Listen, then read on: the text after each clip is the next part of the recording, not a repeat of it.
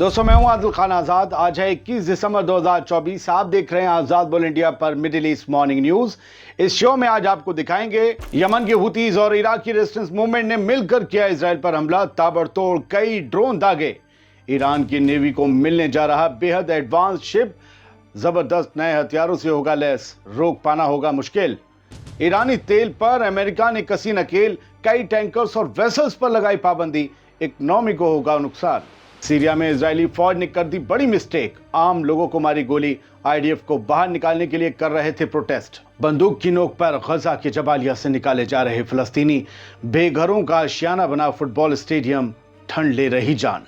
और कतर में अमीरजादे को नक्शेबाजी पड़ी महंगी, करोड़ों की कार का हुकूमत ने बना दिया बारीक सुरमा। तो ये थी कुछ हेडलाइंस, चलिए करते हैं शुरुआत। सबसे पहले बात यमन के हौथीज की। अंसार अल्लाह मूवमेंट, उनके जो मिलिट्री स्पोक्स पर्सन है ब्रिगेडियर जनरल याहिया सारी, उन्होंने रात में आए, वीडियो जारी किया और बताया कि हमने और इराकी रेजिस्टेंस मूवमेंट ने मिलकर एक जॉइंट ऑपरेशन में इजराइल के ऊपर हमला किया है। हमने ड्रोन दागे, एक के बाद एक कई ड्रोन से हमले किए हैं और ये इजराइल के साउथ में याफा शहर पर दागे गए हैं। तो यमनी आर्म फोर्सेस ने इसका ऐलान किया और ये कहा कि हम गजा की हिमायत में, हम इस जंग में कूदे थे, न जंग खत्म हुई है न हमारी कभी हिमायत खत्म होगी। हम जब तक गजा में जंग बंद नहीं होती और जब तक उसकी घेराबंदी हटा नहीं दी जाती, तब तक हम इजराइल के कब्जे वाले इलाकों पर हमले करते रहेंगे। और ये जो ताज़ा हमले किए हैं उसमें ये बताया गया है कि यमनी आर्म फोर्सेस और इराकी रेजिस्टेंस मूवमेंट ने मिलिट्री ऑपरेशन चलाया है। एक टॉप लेवल का मिलिट्री ऑपरेशन था जिसमें इजराइल की कुछ बहुत बेहद इंपॉर्टेंट मिलिट्री साइट्स को निशाना बनाया गया है। ये बड़ी ही स्ट्रेटेजिक पॉइंट ऑफ व्यू से इजराइल के लिए अहम साइट्स थी। और कहा है कि हमने, the spokes person confirmed that the two attacks successfully achieve their targets. ये बताया है स्पोक्स पर्सन याहिया सारी ने वाईएएफ के कि हमारे टारगेट्स में दो हमले बिल्कुल सटीक लगे और हमने अपने टारगेट्स को अचीव किया। सर बढ़ते हैं आगे। एक खबर इरना की है। ईरान की नेवी अब और मजबूत होने जा रही है क्योंकि ईरान को एक बेहद एडवांस शिप मिलने जा रहा है और उस पर बेहद खतरनाक मिसाइलें तैनात होंगी। ये तस्वीर है और ये खबर है इरना की। और बताया गया है कि ईरान की नेवी अब ऐसी होने जा रही है कि दुश्मन के पसीने और ज़्यादा छूटने लगेंगे। ईरान की जो कमांडर हैं ईरानियन आर्मी के नेवल फोर्सेस के, रियर एडमिरल शाहराम ईरानी, उन्होंने इस बात की पूरी जानकारी दी है और इस बारे में बताया है कि इसमें surface to surface, surface to air, air to air, हर तरह की मिसाइलें यहाँ पर तैनात होंगी और कई ड्रोन्स भी होंगे कई तरह के इस पूरे शिप पर, जो एक बेहद एडवांस शिप है और इसकी जो रेंज होगी 2000 किलोमीटर तक होगी। जाहिर सी बात है 2000 किलोमीटर मिसाइल रेंज, बहुत सी जो खास मिसाइल हैं उनकी, तो दुश्मन समंदर या ज़मीन के किसी भी कोने में नहीं छिप सकेगा, ये ईरान का कहना है और हमें दोनों को रोक पाना मुश्किल है। उधर अमेरिका ने ईरान को चोट देने की कोशिश की है। अल मयादीन की खबर बताती है कि अमेरिका ने 20 दिसंबर को ईरान के ऊपर कुछ और पाबंदियां लगा दी हैं और इन पाबंदियों का सीधा निशाना ईरान का ऑयल एक्सपोर्ट है, जो ईरान की बैकबोन है। यानी ईरान की रीढ़ की हड्डी पर अमेरिका ने चोट की है ताकि ईरान को झुकाया जा सके और अपनी शर्तों के मन मुताबिक कुछ उससे करवाया जा सके। लेकिन ईरान झुकेगा तो नहीं, क्योंकि वो तो पुष्पा है, हमेशा से सैंक्शन झेल के लगा हुआ है मुकाबला करने में। The United States has impose sanctions on additional tankers and companies it accuses of participating in the trade of Iranian oil. Iran के ऑयल के जो ट्रेड में शामिल कुछ कंपनीज हैं और कुछ वेसल्स हैं, मतलब जो शिप हैं, पानी के जहाज, टैंकर्स होते हैं, वेसल्स होते हैं, उन सब पर कुछ और को पाबंद कर दिया गया, उन पर सैंक्शंस लगाए, क्योंकि कई और पहले से फहरिस्त में हैं, कुछ और नई कंपनीज और जोड़ दी गई हैं। ठीक है, 9 इसमें जहाज हैं और 8 कंपनियां हैं जो अमेरिका की नई पाबंदियों के दायरे में आई हैं। ईरान की कंपनियां 8 और ईरानी जहाज 9। यूएस ट्रेजरी डिपार्टमेंट ने इसके बारे में जानकारी दी है। तो फिलहाल 11 अक्टूबर इसी साल से अमेरिका ने 70 जहाज़ों पर, 70 वेसल्स पर पाबंदियां लगाई हैं।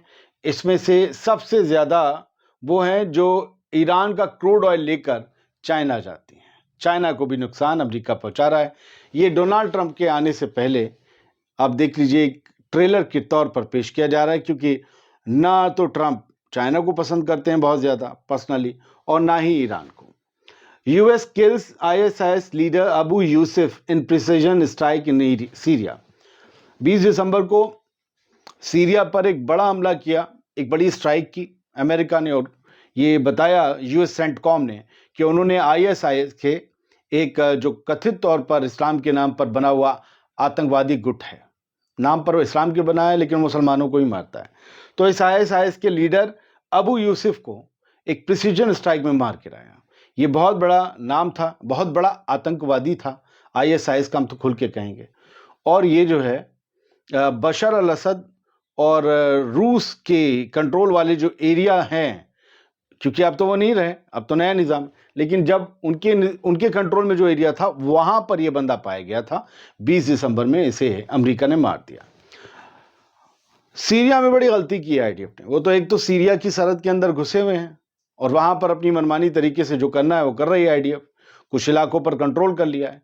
नेतन्याहू ने कहा है यहाँ लंबा खेलना है, लंबा रुकना है, तो अब वहां पर लोग प्रोटेस्ट करने लगे, क्योंकि ये उनके जो आईडीएफ वाले थे सीरिया के गांव कस्बों के लोगों को उनके खेतों में नहीं जाने दे रहे थे, घरों से नहीं निकलने दे रहे थे। उन्होंने कहा ये तो हमारी जिंदगी अंजीरन हो गई, हमें तो कैद करके रख लिया। तो वो बाहर निकला है, प्रोटेस्ट करने लगे कि आईडीएफ वापस जाओ, आईडीएफ वापस जाओ, आईडीएफ वापस जाओ, फलस्तीन नहीं बल्कि वहां चले जाओ जहां 75 साल पहले आए थे, वापस जाओ। वो नारे लगाने लगे। फिर क्या हुआ, आईडीएफ वालों ने सीधी गोली चला दी। ये बड़ी मिस्टेक हो गई। अभी तक तो आपने मिलिट्री साइट्स को निशाना बनाया और ये कहा कि असद के टाइम में ये सब सामान यहाँ भरा गया था, बागियों के हाथ में ना आए। लेकिन अगर आप किसी मुल्क की आवाम को शांति काल में गोली मार देते हो, आपकी फौज, और वो भी उसी की जमीन में घुसकर, घुसपैठिया बनकर, तो ये वॉर क्राइम और आतंकवाद के दायरे में आ जाता है। आपकी फौज सीरिया में है, वो इलीगल है, आपके फौजी गोली मारेंगे तो वे लोग जूते भी मारेंगे, पत्थर भी मारेंगे, और बाहर जो बैठे हुए लोग हैं वो मजम्मत भी करेंगे। आज पूरे दिन यही चलेगा। तो एक बंदा आईडीएफ की इस गोलीबारी में जख्मी हुआ है और कई लोग, बताया गया है कुछ थोड़ा सा भगदड़ हो रही थी तो इस वजह से हुआ। हालांकि एक शख्स को गोली लगी है आईडीएफ की, एक सीरियाई सिटीजन को। अब देखते हैं कि एचडीएस और जोलानी इस पर क्या कहते हैं। अच्छा, एक इजरायली फौजी भागा है जान बचाकर श्रीलंका से, ये बताया जा रहा है। दावा किया हिंद रजा फाउंडेशन ने, और ये बताया कि इजरायली मीडिया ने रिपोर्ट दी है कि एक वॉर क्रिमिनल है गाल। ये तमाम इजरायली फौजियों को वॉर क्रिमिनल लिखा जाता है इस हैंडल पर, कि सारे लोग वॉर क्राइम्स में शामिल थे। नेतन्याहू और योव गैलेंट तो पीछे बैठ के ऑर्डर दे रहे थे, वॉर क्राइम अंजाम कौन दे रहा था? इजरायली फौजी, तो सब वॉर क्रिमिनल। तो ये कहा कि श्रीलंका से ये बंदा भागा है, इसका नाम है गाल फारेनबुक। ये छुट्टी मनाने, पिकनिक मनाने, गजा में कत्लेआम करने के बाद चला गया था। इसने फोटो वीडियो भी बना के डाले थे, तो पता ये चला कि ये श्रीलंका गया है, तो इसके खिलाफ केस दायर कर दिया गया। अब वो वहां से भागा और कहा जा रहा है इसे स्मगल करके छुपाकर जहाजों में लाया गया है। फिलहाल इजरायली फौजी जिंदगी भर भागते रहेंगे, आप ये याद रखिएगा। और वैसे भी उनका कॉन्स्क्रिप्शन लॉ जो है कि हर किसी को अनिवार्य तौर पर फौज में सेवा देनी है, सर्विस करनी है, वो उनकी गले की हड्डी बन जाएगा, क्योंकि सब फौजी हैं। जैसे इन्हें गजा में सब हमास के नजर आते हैं, हर इजरायली में फौजी नजर आएगा दुनिया को। मुश्किल इनके लिए होने वाली है, गजा के लिए तो जो होनी थी हो गई। अब गजा में क्या हो रहा है वो भी जान लीजिए। नॉर्थ गजा में हजार लोगों को निकाल दिया गया, 40-50 हजार लोगों को बताया गया पहले निकाल दिया गया। बहुत से लोग अब भी 75 दिन जो लगातार बड़े हमले कर रही है इजरायली फौज नॉर्थ गजा पर, उसके बावजूद हजारों की तादाद में अब भी फलस्तीनी जमे हुए हैं। लेकिन अब ये वीडियो एक शेयर किया है मोहम्मद अबू सलामा ने, और कुछ न्यूज़ नेटवर्क को मैं इसका क्रेडिट देता हूं कि हजार लोगों को निकाला जा रहा है नॉर्थ गजा में बंदूक की नोक पर। टैंक चारों तरफ से घेर रखे हैं जबालिया रिफ्यूजी कैंप को भी, और भी इलाके हैं। फिलहाल ये जबालिया रिफ्यूजी कैंप से निकाले गए लोग हैं, औरतें हैं, बच्चे हैं, जिन्हें गन पॉइंट पर निकाल कर कह दिया गया है कि कहीं और जाओ, ये इलाका हमें तबाह करना है। कुछ न्यूज़ नेटवर्क लिखता है कि 75 दिनों से कत्लो गारत जारी है। न जाने कितने कत्लेआम आईडीएफ ने अंजाम दिए हैं नॉर्थ गजा में। अस्पताल पर तो कमाल अदवान अस्पताल पर कितने हमले किए हैं। अब ये लोग जो टिके हुए थे, इन्हें घरों में घुस कर गन पॉइंट पर निकाल कर कहा गया है कि जिंदा रहना है तो यहाँ से जाओ।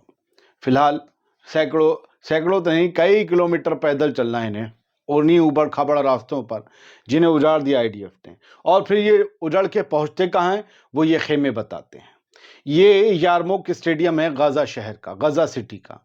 यहाँ पर हजारों हजार लोगों ने हजारों की ही तादाद में खेमे लगाकर अपनी जिंदगी को गुजारने का फैसला किया, क्योंकि ठंड आ चुकी है।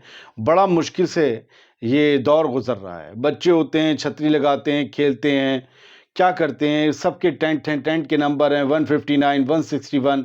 यूनाइटेड नेशंस की तरफ से टेंट मिले हैं, अरब नेशन की तरफ से मिले हैं। और ये बताया है कि यारमुक ही एक अकेला अब इन लोगों का गाजा सिटी में एक आशियाना है जहाँ ये लोग रह रहे हैं, जहाँ कुछ बाकी है। जिन लोगों के घर पीछे बचे हुए भी बिल्डिंग्स दिख रही हैं, वो कब तक हैं पता नहीं है। यहाँ पर कभी फुटबॉल खेलते थे लड़के और सोचते थे मैं बड़ा स्टार बनूंगा, लेकिन अब वो ये सोचते हैं लड़के यहाँ रहकर कि बस जिंदा बच जाएं। तो ये फ़लस्तीनियों की कैफियत है। ये ग्राफिक प्लेट बताती है कुछ न्यूज़ नेटवर्क की कि जाड़े आ चुके हैं और विंटर के आने से, जाड़ों के, ठंड के आने से लोग जिंदा रहने के लिए सरवाइव कर रहे हैं।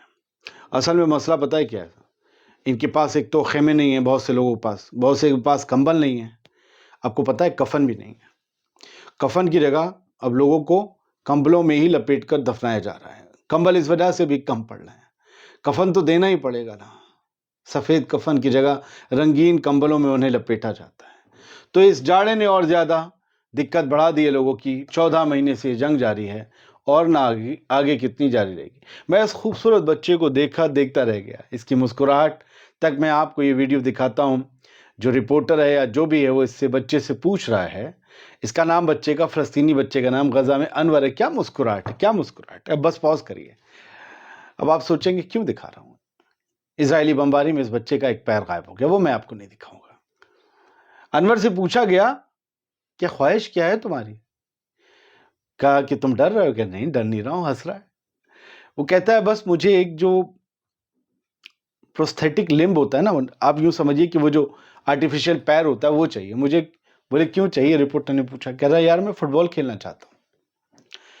यार मैं फुटबॉल खेलता था अपने दोस्तों के साथ, मैं फुटबॉल खेलना चाहता हूँ, मैं प्लेयर बनना चाहता हूँ। इस बच्चे के ख्वाब है। बड़ी मुश्किल है ज़िंदगी। बहुत से लोग हैं, नॉर्वे में अब भी लोग प्रोटेस्ट कर रहे हैं और अपनी हुकूमत से कह रहे हैं कि इज़राइल के साथ जितने भी आपके ताल्लुकात हैं उन्हें तोड़िए। इज़राइल को आप हथियार अगर जा रहे हैं यहाँ से होकर बंद कीजिए। इज़राइल को जितना भी ट्रेड आपने कर रखा है उसे ठप कीजिए। और ये कह रहे हैं कि जो फंड्स वगैरह का चक्कर चल रहा है इज़राइल के साथ हमारी हुकूमत का, नॉर्वे का, हम उसके मुखालिफ हैं। और हम अपनी हुकूमत से कहते हैं कि जाग जाइए, देखिए कि वो जो पैसा इधर आएगा वो मासूम गज़ा के, फ़लस्तीन के मासूमों के खून से रंगा हुआ होगा। फ़िलहाल एक वीडियो है, मैं आपको पूरा दिखाता हूँ। ये ड्रिफ्ट मार रहा है ना, ये एक अमीरज़ादा है कतर का, शेख का किसी का बच्चा था। रात में अपनी करोड़ों की गाड़ी लेकर निकला और उसने खूब रौला काटा, खूब नक्शेबाजी दिखाई। इधर से उधर से घुमा घुमा के फेंक दे रहा था, ईंट बना रहा था रोड पर, हाईवे पर। फिर क्या हुआ भाई साहब, वहां तो कैमरे बड़ा और वो पकड़ ली गई गाड़ी जब्त कर ली गई, उन पर जुर्माना लगाया गया, गाड़ी नहीं दी गई। फिर क्या हुआ, फिर ये हुआ कि उनकी गाड़ी लाई गई जहां पर स्क्रैप बनाई जाती हैं। ऐसे करके आया पंजा, अपनी गिरफ्त में लिया। बोले बच्चू आज कहाँ बचकर जाओगे।